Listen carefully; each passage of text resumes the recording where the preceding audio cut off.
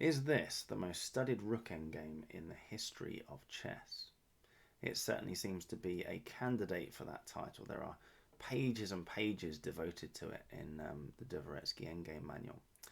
I could easily have called this video Rook Endgame's balance on one wing and rook in front of a 6th rank pawn on the other wing, which would be a very similar title to the previous video, the catchy Rook Endgame's balance on one wing and rook in front of a 7th rank pawn on the other wing. And straight away, that should make us think, well, hang on a minute, doesn't that mean that we could immediately transpose into the previous video with something like this? And yes, that's exactly what it means. So at any given time, that's on the cards, that there's a possible get the A pawn to the 7th rank, and we're in the ideas of the previous video. Which means that we need to understand everything in the previous video before we even bother carrying on with this one, which in turn means we need to understand not the Vancouver defense and the Vancouver defense videos before we do that one. So there's sort of a real building of knowledge as we go along. In this particular position, this A7 is a fairly simple draw for black. In fact, it's an extremely simple draw for black. In the previous video, remember, we said we should only push the pawn to the 7th rank if we can execute one of the 3 winning plans. The 3 winning plans were, plan 1 was to sacrifice the A pawn for the swapping of rooks, getting you into a 1 king and pawn ending.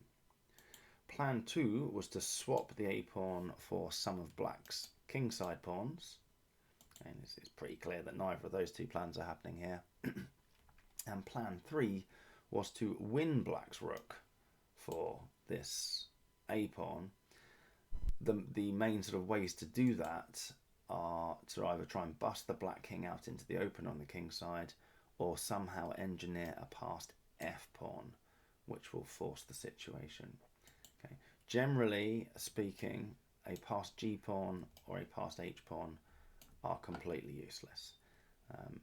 And certainly if there were no kingside pawns except for that solitary G or H pawn with the white pawn on the 7th rank, that is just true. Black would just stick their king on the relevant file and ignore that extra passed pawn. They can't do that with an F pawn. A passed F pawn would win us the game. So all those ideas are still relevant here. And yeah, I mean, pushing the A pawn straight away here is a mistake. Black just shoves their king back to G7, and it's just a draw. It's a very easy draw, okay, which is kind of one of the things that makes this opening position difficult. It's like, how does white go about winning this? And if black does nothing, then it's very difficult for white to win this. Certainly their rook's stuck in front of their pawn. They can't get their rook out from in front of their pawn unless they can sort of do something similar to executing one of those 3 winning plans. So really, the only thing that white can do, you'd think, would be move their king over to the queen side, so that it sort of gets their rook out. Then we can win the black rook for the A pawn and win the game.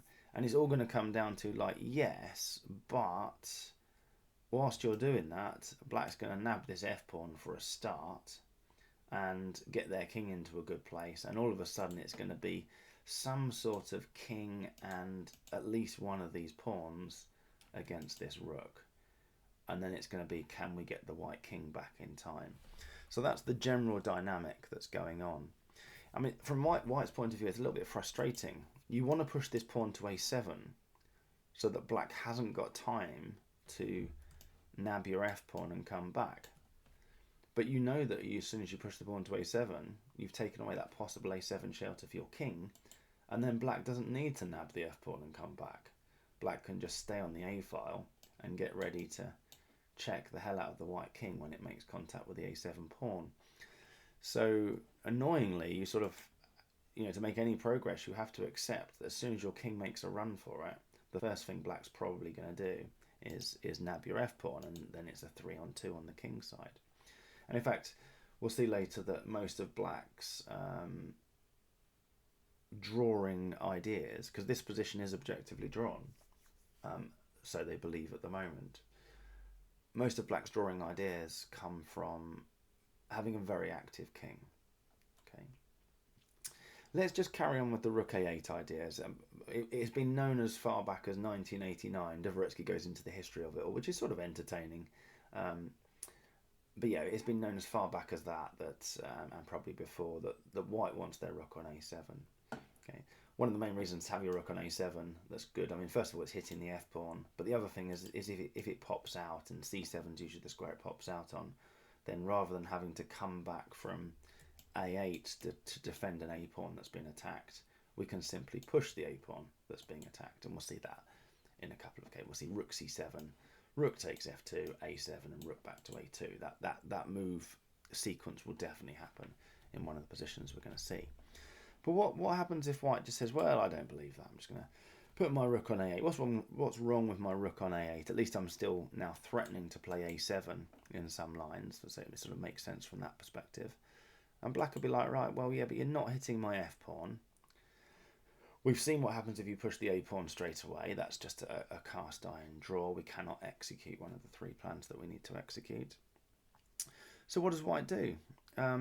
Well, really, they've only got one thing they can do. They could change their mind and put their rook back on a7, but which I'll come back to in a sec. But really, other than that, it's just make a run for it. So my computer's gone a bit mad and is doing many moves at the same time. But yeah, they could play make a run for it. So king d4, rook takes f2, rook to f8, and then rook back to a2. So that's it. Our f pawn's gone. Check. King g4, rook f6, lateral defense of the a pawn. I mean, sure, we could have pushed the pawn to a7 there, but then black's going to have a g and an h pawn. At least on f6, we're going to be picking up black's g pawn. King takes g3, king c5, king takes h4, rook takes g6. You're not going to win that. Okay, that black h pawn is easily going to be a draw for black. There's a drawn version of what's going to become rook versus pawn. Not even that soon either. It's going to take white 3 or 4 moves, as far as I can tell, there to win the black rook for that a pawn. So yeah, completely drawn, that position. So white might think, right, okay, well, I won't let you take my f pawn. I'll make you work a bit harder to win my f pawn. And black's like, that's not that much harder. White king going backwards is clearly not going to get us anywhere. So if we make a run for it now, that's your f pawn still gone. And this is just going to transpose into what we've just seen. I mean, I can't even remember whether, is that an exact transposition? Well, has white lost a move or gained a move? I think black's got 3 moves in hand here for this to be a drawn version of rook versus pawn. So it hardly matters. But there you go. That's the sort of moves that we'd see after that. And finally, white might think, okay, I'm starting to see now this is no good with my rook sort of popping out from a8. Let's change our minds and come back to a7. And then black plays f6. By the way, black there could just say, well, I'm going back to f6 with my king. But even better than that is black just gets on with it. It's even more clearly drawn for black if they carry on with f6. Now at this stage, white might think, well, careful there, because, yeah, all right, when we've got these pawns in the wave formation, the black king can sit quite happily on f6 or g6, or g7, sorry. And yeah, that's a cast iron draw. But don't forget that once you push this f pawn, that gives us a winning plan that we saw in the previous video, which is plan 2. Plan 2 is to swap the a pawn for some of black's kingside pawns. And so white might think, now, well, I'm going to execute that plan, because now the f pawn's been pushed, I can get my king round to g7. That was the plan. So white can play rook a8, and I mean, this is very, very drawn because black's about 2 moves up on that position from the previous video. But if you've recently watched that previous video, you'll hopefully remember it. That, yeah, white's plan is they're going to get their king to g7, and then bring the rook out, because when the black a pawn, which will be on a7 by then, gets nabbed, the rook comes down, checks, black king's out the way, and we just pick up the g and the h pawns, and it is a winning plan. There's also, if you imagine the white pawn's already gone to a7, there's also, hopefully you'll remember, as soon as the white king, is taking away the e6 square from the black king, which it's doing whether it's on d6 or on e7, being careful not to get checked, so d6 is probably the better square. There's this winning plan as well, rook c8, so that if black chucks in a rook a6 intermezzo, we block it, but it's the fact that this is a checkmate. So you might remember that from the previous video, but as we execute that winning plan en route, there's a sort of sorry, the white pawn would have to be on f3 in all of that. But yeah, the black king has no squares. There's a checkmate thing going on there. So it's tactics always lurking in rook endgames. Be on the lookout for them. But we're about 2 or 3 moves down on that position. That was the demonstration of plan 2 in the previous video. And black's just like, yeah, all right, good luck with that. I'm coming in here straight away. King g4, a7, f pawn gets pushed. White thinks, well, now you're in trouble. Rook g8. And black's kind of in trouble, sort of. They've only got one drawing move, but it is quite clearly drawn. That's to play f4 check. Oh, didn't see that. Well, you can see it now. G takes f4, and then, I mean, what we're doing, by the way, here is that when white, we need to take the pawn on a7, but when white plays rook takes g6, we want to play king takes f4. So basically, we will just check the king until it comes off the defense of f4, and then take the a7 pawn. And the only thing that white's got to sort of obstinately prevent that is something along these lines. I think we could probably still do it there. Yeah, rook takes a7, in fact, is the best engine move, but the textbook showed rook a6 check. King f7, then we have to take the pawn with check, and then we just come back, and I mean, that's probably a transposition, isn't it, of what we saw a minute ago. So yeah, I mean, we can see that that's completely drawn.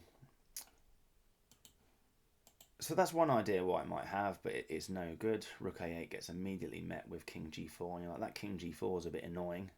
I'm going to stop that. King f3. So this is another idea that white might have. Now, interestingly, we've just transposed into two games from the Masters database, 2018, 2017. Both were won by white, and both of them black played rook a3 check on the next move. But black should just get on with it. g5, h takes g5, f takes g5. And remember, I mean, white's probably now looking at that, licking the lips, thinking, right, now I can get my pawn to the 7th rank because your king's busted out into the open. Rook a8. And if you make a run for it back with the king, although that's still actually a drawn move, they might be thinking, well, I can get a passed f pawn, and once your king's back on g7. But black can nip that in the bud here and play g4 check. So you are never getting a passed f pawn. King e3, and then king back to g6. Do hope this mad moving on of the position that the software's doing to me isn't going to continue as I get to some more important variations.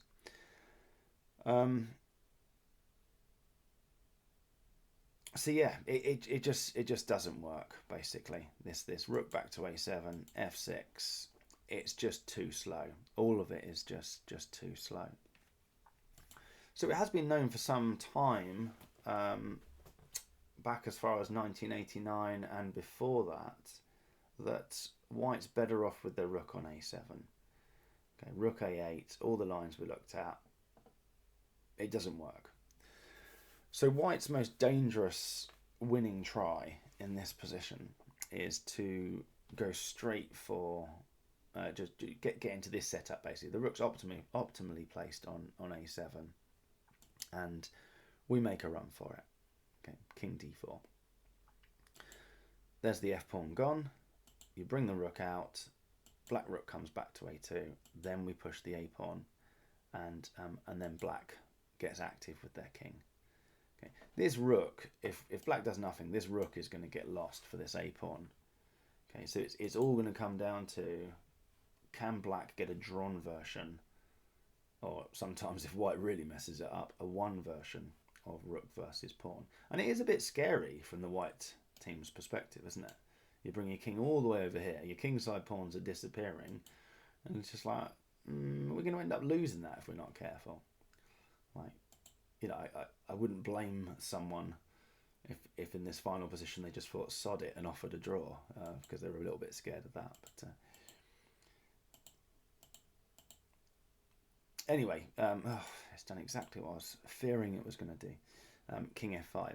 So yeah, but I mean, black makes a run for it, and the most natural move here, which is the one that was studied for years and years and years, was rook takes f7 check. Okay. King into g4, king c5. Oh, I don't know what this thing is doing. King c5, king takes g3, king b5, rook b2 check, and black just goes for a policy of just continually checking. My internet connection or something is being very irritating. I'll just keep going, and if it gets too irritating, I'm going to have to sort of stop and re-record annoyingly. But let's just keep going for now.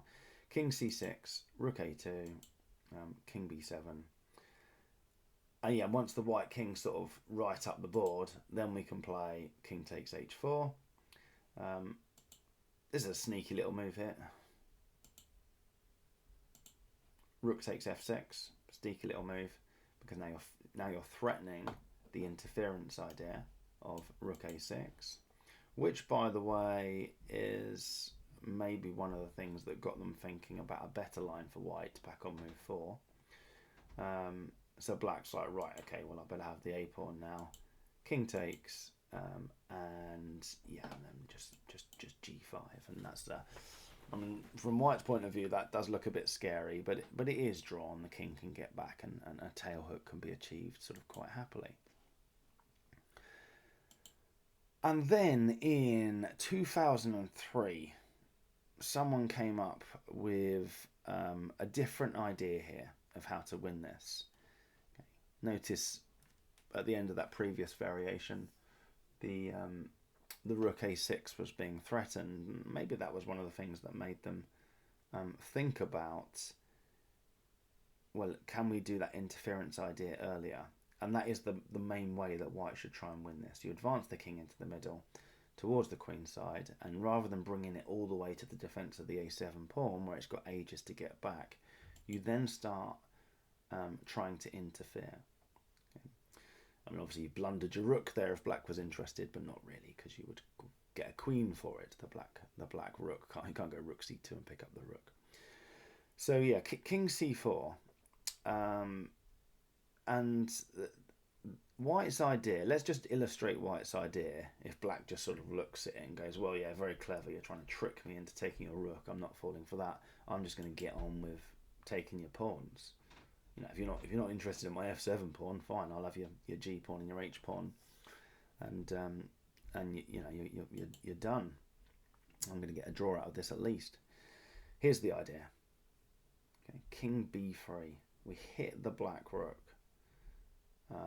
At this point, black would probably realise what you're up to. It's like, oh yes, I've seen your idea now. Black rook moves obviously somewhere on the a file, and then here's the interference idea: rook c4 and then rook a4, and that's it. Your rook's gone.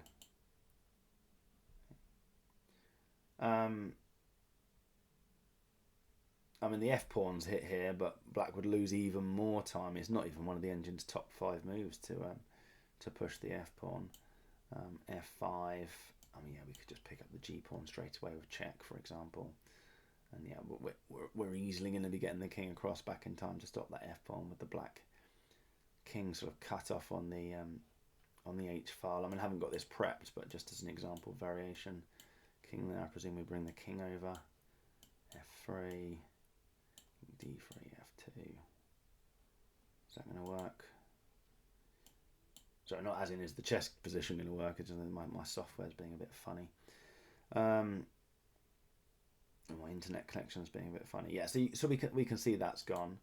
But what if black just says, well, never mind the f pawn. I'm just going to get on with pushing one of the others. The most important thing white has to do here is get their king across. So rook takes f7 will actually blunder away the win. Okay, black's now got enough with just king g3.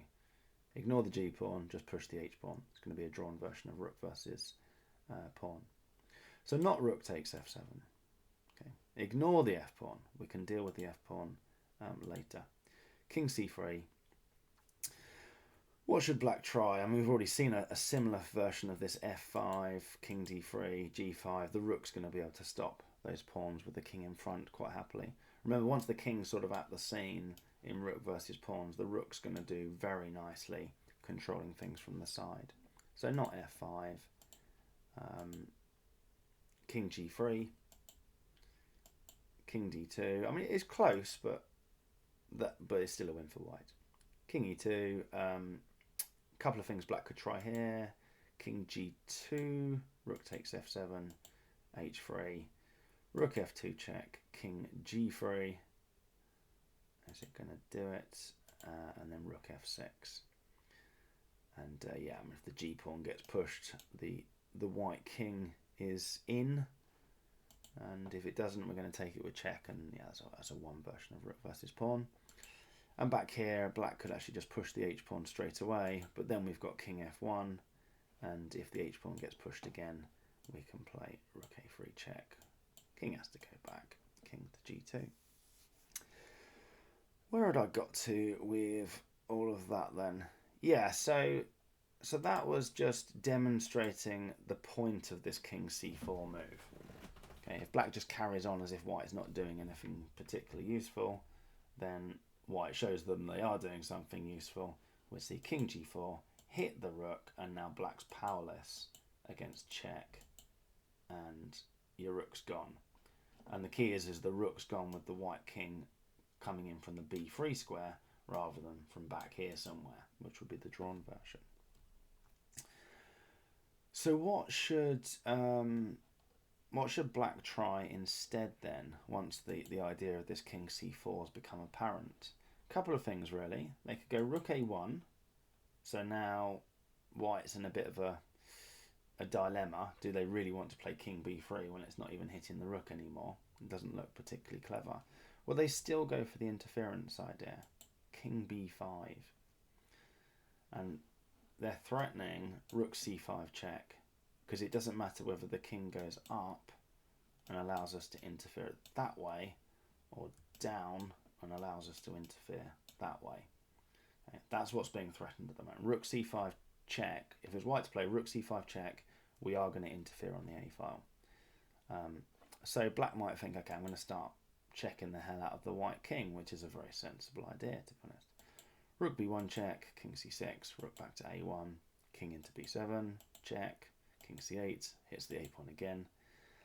Grab the f pawn with check, king to g4, and yeah, this position's actually quite interesting.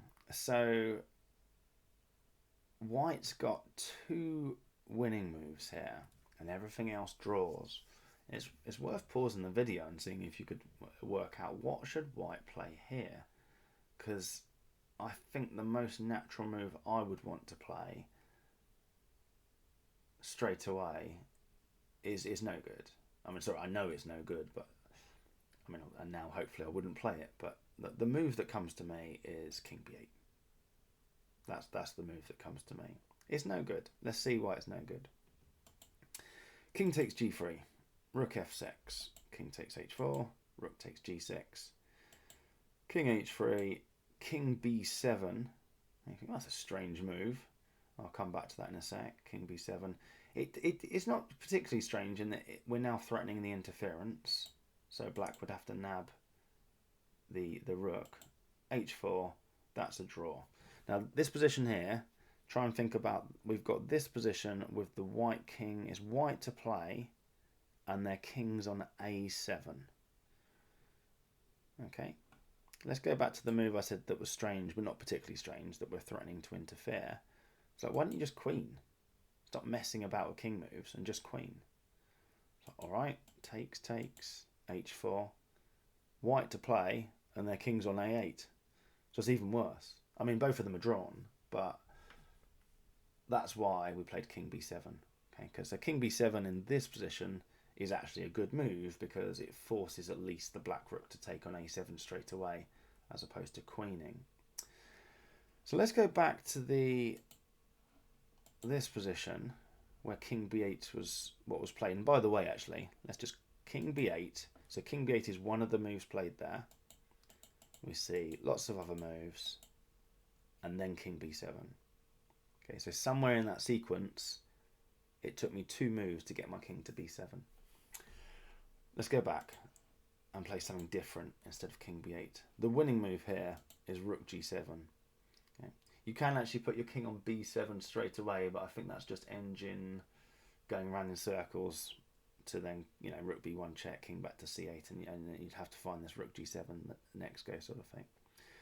King takes g3, takes, and now king b7. Okay. This time it's not going around in circles because our rook's already on the 6th rank. We're threatening to interfere on the 6th rank. So we've played one move to get our king to b7. We've still got the interference threat, so black has to take. Okay. King h3, king b6, h4, exactly the same position. This time our king's on b6, and that's enough for a win. Okay, I'll carry on with this position here so we can see that it's actually only just a win. And then hopefully that'll be enough to convince you that if we had this position, white to move with the king starting on a7, and even more convincing, obviously, on a8, it's a draw. So let's do it. Let's follow it in. I mean, it's just a simple case of counting, really. King f3, yeah, and it's gone. Okay. We might see. I haven't completely finished it off, but h2, rook anywhere, I presume. Is there a place? Yeah, I mean, it's just they're all just checkmating too. Okay, so h2, just rook across. It's going to be a checkmate. And well, black's only got one other legal move, which is king h2, and that wins the h pawn straight away, doesn't it? Rook g3.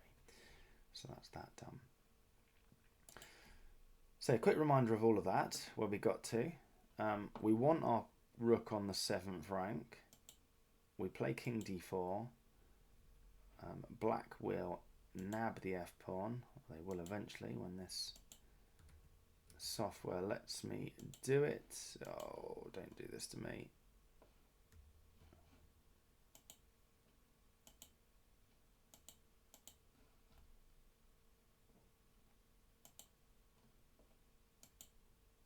There you go. Got to nab the f pawn eventually.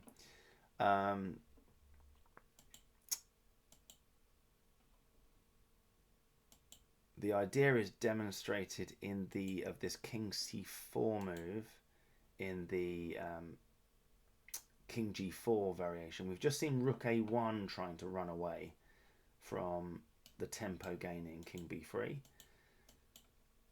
But what if instead black played f6? Just save their f pawn. Okay. Well, we'd still go king b5. Okay, so go king b5. Check, king c6. It's going to be sort of similar-ish stuff. Rook back to b2, king c8, rook a2. We still play rook g7 in that position. G-pawn gets pushed. King to b8. Okay. King into g4. And at this point, we would chuck away the win with h takes g5. Black could take back, get a queen. That's the black rook gone. Takes, king takes h4. That's a drawn version of rook versus pawn. But only if black remembers that shouldering is important in that rook versus pawn. So yeah, that is now just a drawn. You can see that white's not going to quite get to that crossroads position in time. Okay, I'm just finishing it off. White to play as a win, black to play as a draw. And it is black to play. So taking the g-pawn there would actually still be a draw. So queening straight away, and white still won this King takes g3. Now take the g pawn. Takes with check. The black king's got to come back to h4. And it's going to be similar to what we just saw. I mean, you could count out the moves, but we're going to get the one version of rook versus pawn. So the conclusion to all of that is that in this position, the most studied rook endgame in the history of chess, arguably, is certainly what I would vote for if I was asked this in the strangest pub quiz question ever. Set up the position that's the most studied rook endgame position in the history of chess. This is the position I would go for, and hope it was the right answer, because it does seem to be very well studied. You want your rook on a7, not on a8, and then your winning plan is that you bring your king into the middle with an interference idea. Okay, and the interference idea is demonstrated probably best in this line. Okay. The reason that this interference idea is so good is that it allows us to win the black rook, but with our king closer to the action where it needs to be. It needs to get back and help the rook out in the defense against those 3 pawns in the rook versus pawns situation. So if we return to the original position, how is it objectively drawn then? Because it looks as if white plays king d4 with this interference idea ultimately. You know, rook takes f2, rook c7, rook back to a2, a7, and the white king's going to come to c4, and we've got this interference plan. Everything we just looked at there, white wins, and yet I've already said that this position is objectively drawn. So how does black go about drawing it after this sort of very dangerous winning attempt with the interference idea, starting with king d4? Well, if black takes on f2, they have lost, and black has only one drawing move here. They've got to play this next move, which is g5. Okay, so don't take on f2, but instead play g5, and most of that g5 move is about activating the black king. Okay, black's got to get active. There's different plans to follow it up, and there are there's 5 different sections in Dvoretsky covering this this original position, and I decided I'm going to just summarize a little bit rather than go through every single one, because if you're the black side, really you just want to know, what do I have to do to draw it? Okay, because Dvoretsky covers lots of other variations where this doesn't quite work and this doesn't quite work. I'm not saying that's not instructive, I think it is, but it's just impossible to get all of that into one video. So I'm just going to sort of summarize it, and then, I keep recommending people just buy the book and go through it themselves, and yeah, you can sort of dip in and out of the other sections, which I'm intending to. But I kind of need a summary for myself at this stage as well, because there's just too much to learn. It's impossible to just memorize everything. At some point you have to sort of cut to ideas, and if we've got memory tricks, things that we just absolutely have to know, then we want as few of them as possible, because that's what's going to help us learn them. So white's got different responses here. One of them's just to take on g5. That's pretty all right to deal with. One of them's to play f3. That one's black. Yeah, you kind of need to know at least the next couple of moves as black, but it is just drawn. But then you've got either king d5 or king c5, and let's see if I can summarize what's going on. Because if white plays king d5, then you can play g4, or you can play king g6. Both of those are different defensive ideas, but they both lead to draws. Okay. However, you can't play g takes h4. Okay, that move doesn't work and would lose. Okay. If instead white plays king c5, King g6 now loses. That's now a losing move. g4 still draws, and g takes h4. So g4 still draws, and g takes h4 is also a draw. But you might have noticed that the move that's common that draws in both of those is g4. So regardless of whether white plays king d5 or king c5, you could have just committed to memory, if you like, that g4 is the way to draw it. And also the idea behind g4, it's ultimately around a Vancouver-like lateral attack of the a-pawn. That's the point of the g4 defense. So that's a little summary. I mean, there's a whole section in Dvoretsky devoted to what happens if black takes this. Okay, so we've got if king d5, what happens if black plays this, and it shows you how that would be a win for white. And if king c5, what happens if black plays this? Well, that would be a draw. There's a whole section devoted to what happens after, well, in this next bit here, king d5, what happens to king g6. This is a defense that someone worked out in 2014. What happens there and how does that lead to a draw? And then there's a whole section on what happens after king d5 pushing the g-pawn to g4, which is the one I'm just going to spend a little bit more time on in a sec. But whichever defense you choose, you know, as the black side, you would need to know what you're doing if white now takes on g5. So let's just go through this. This is fairly all right to draw this one. So h takes g5, king takes g5.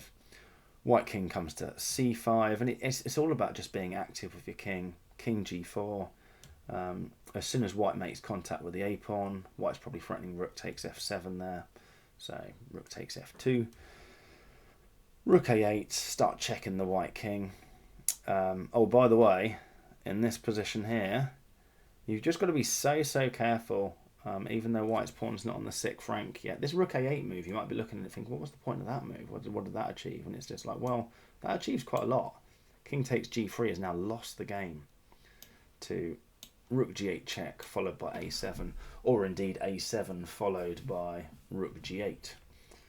If rook g8 arrives with check, great. If it doesn't, it's because black's moved their king. I mean, so white's next two moves are a7 and rook g8 basically, and they're going to win that game. Black's rook has gone. It's going to get lost for the pawn. So yeah, that was the point of that rook a8 move. But instead, hopefully black would spot that. If you're playing black, you'd have to spot that. And we see check, king come back to c4, rook g8 check, king f3. You know, every time the white king makes contact with the b pawn. Did you notice there, by the way, that the white king sort of tried to come down the board? So if the black rook gets lost for that a pawn, similar to the winning lines, the white king's closer to the action where it needs to be. But all these checks, it sort of forces the white king into the shelter. And yeah, we might see f5, rook g5, forking those two pawns. But all the kingside pawns are going to get liquidated here. But crucially, we're going to end up in a drawn version of rook and pawn versus rook, but it's rook's pawn with the king stuck in front of it. Let's just quickly see that. So yeah, f4 takes h4, f5, king attacks the rook, keep passing the rook, you're going to win that pawn. Kingside pawns have been liquidated. Don't play king e5 because of rook h6, and that would be a horizontal cutoff that would actually lead to a win for white, but instead king e6 is what you want to play. And white can only get a three file vertical cutoff there. We've already seen in an earlier video, which another prerequisite video to go and watch, is a win if there's a 4-file vertical cutoff. You're going to end up in queen versus rook. Don't know if that rings any bells for anybody. Here a 3-file vertical cutoff, it's not good enough. So that's a draw. So that was at the, oh, where have I gone there? Just pressed the wrong button. That was king d4, g5 taking on g5. What if white instead tries f3? This is a bit trickier. Black has sort of a couple of drawing moves here, but the best one is just take the h-pawn.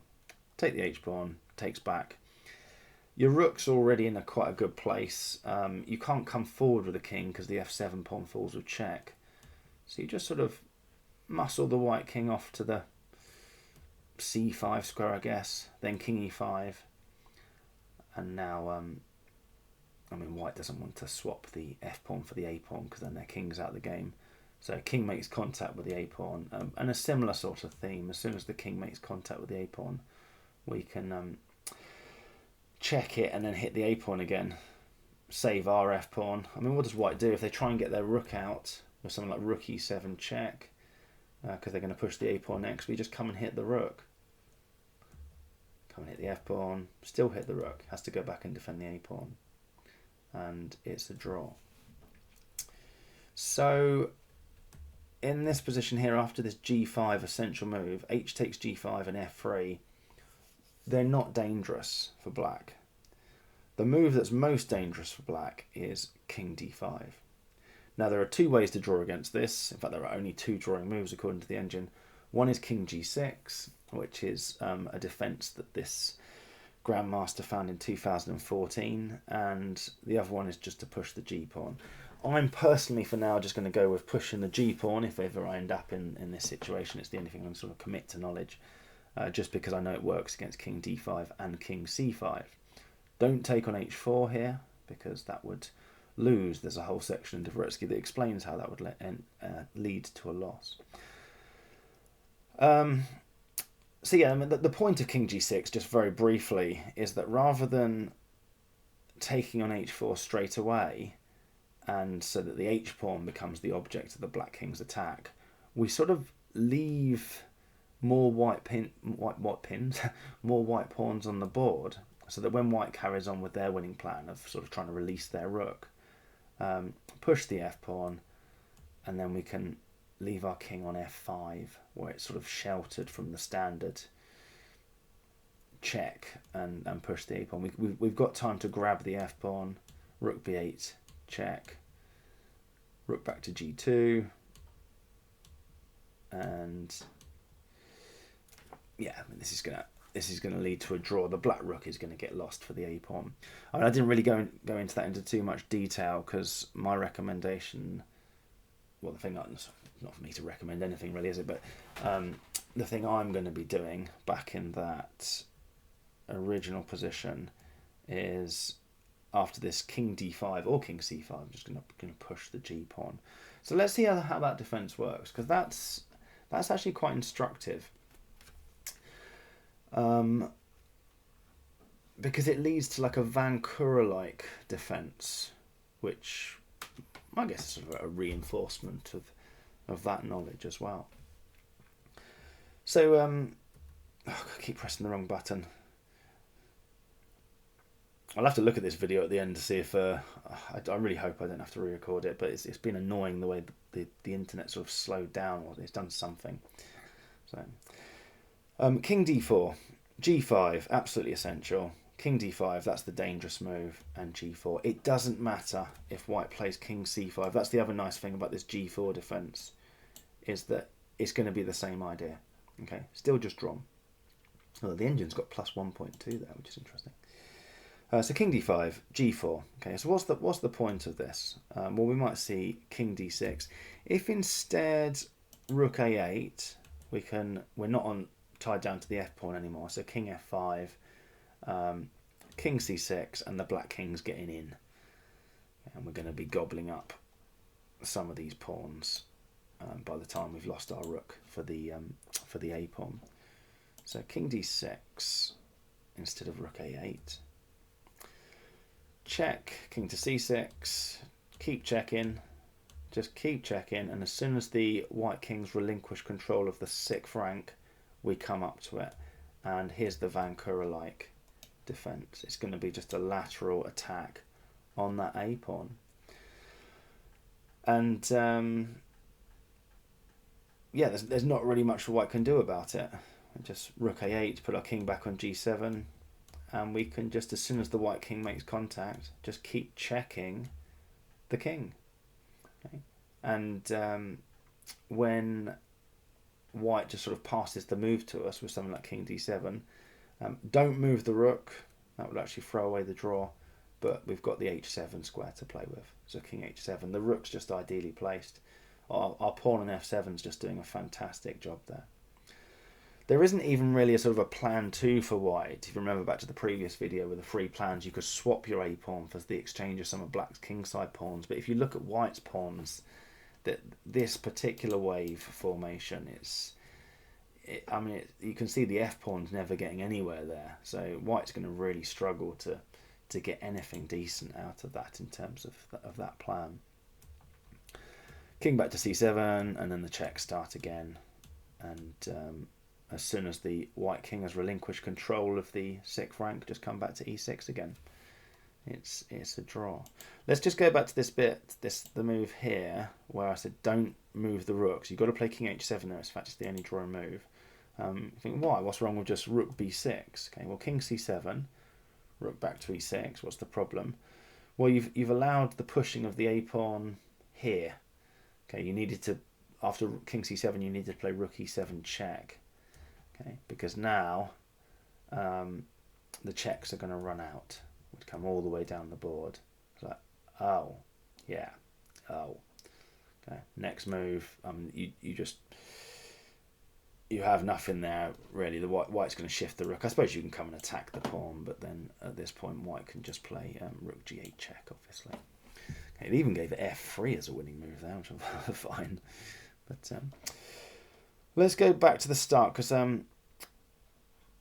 white might have tried some other things that you might be worrying about. Yeah, what if white sort of tries to hide the king on the 8th rank? I promise it's not me. It really is this. It's something to do with my internet connection or the software today or something that's going on. Probably Father Christmas's fault. He's messing up everything with all the stuff that he's doing today. King d7, just stick our rook behind the a pawn. King e8, king g6, white king comes round to f8. We can take on f2. White might shift the rook. Just got to be a bit careful here. We don't want our f pawn falling with check or anything. f6, a7, rook back to a2, rook g7 check, king f5. There's no way for white to make progress there either. So, in summary, when you have this position with white to move, king d4 is a very good try at winning with that interference idea. We're not bringing our king all the way to support the a pawn to release the rook. We're just bringing it far enough so that when black nabs the f pawn and comes back to a2, we can shift our rook to c7, push the a pawn, and then it's going to be use our king and rook in some sort of combination to get the rook to the a file. So it's a very dangerous winning plan, and it means that black can't nab that f pawn. Rook takes f2 is a losing move.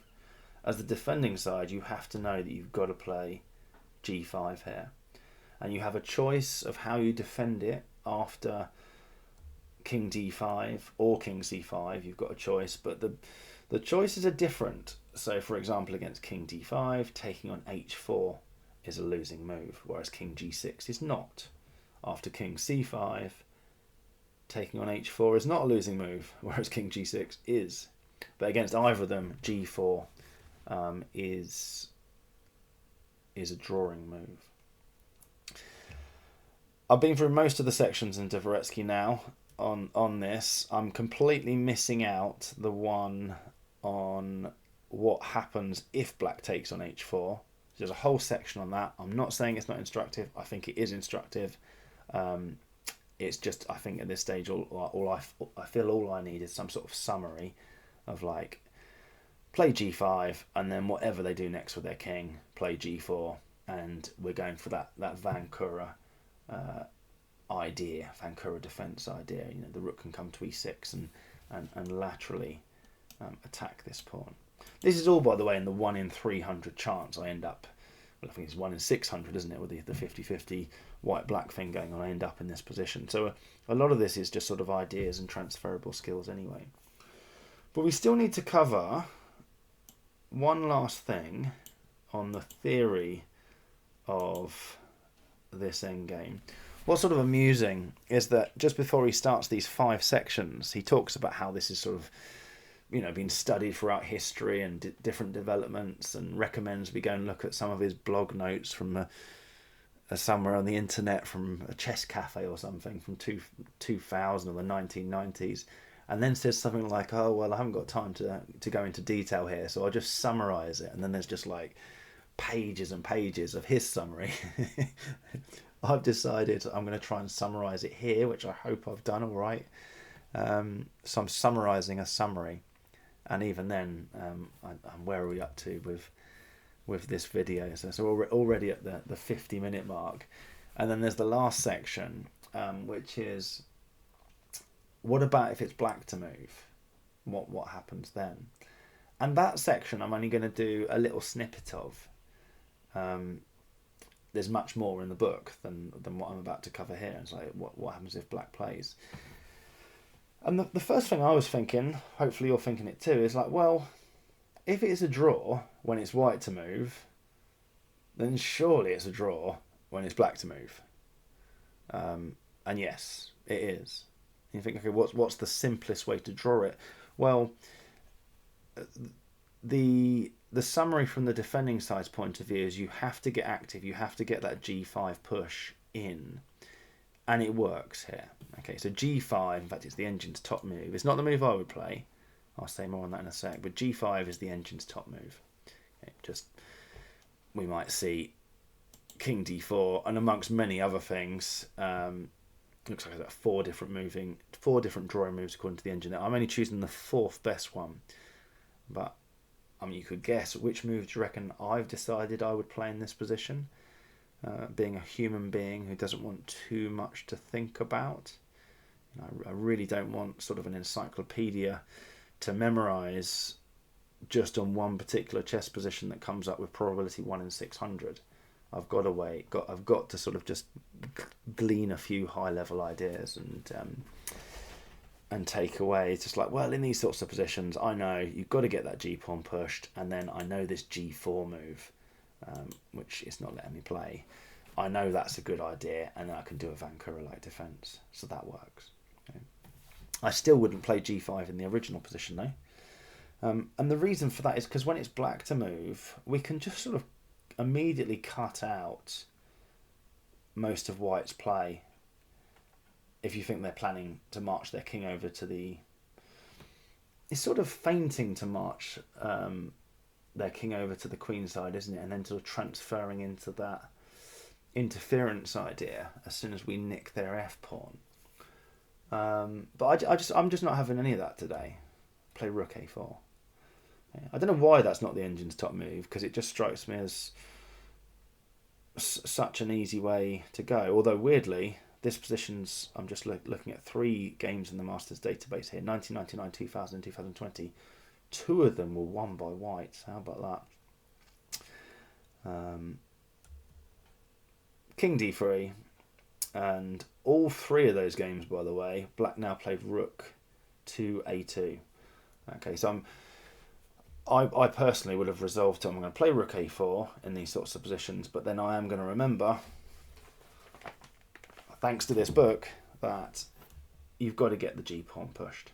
Okay, the only reason I didn't push the g-pawn last time is because we had a chance to play rook a4 and stop the white king doing anything.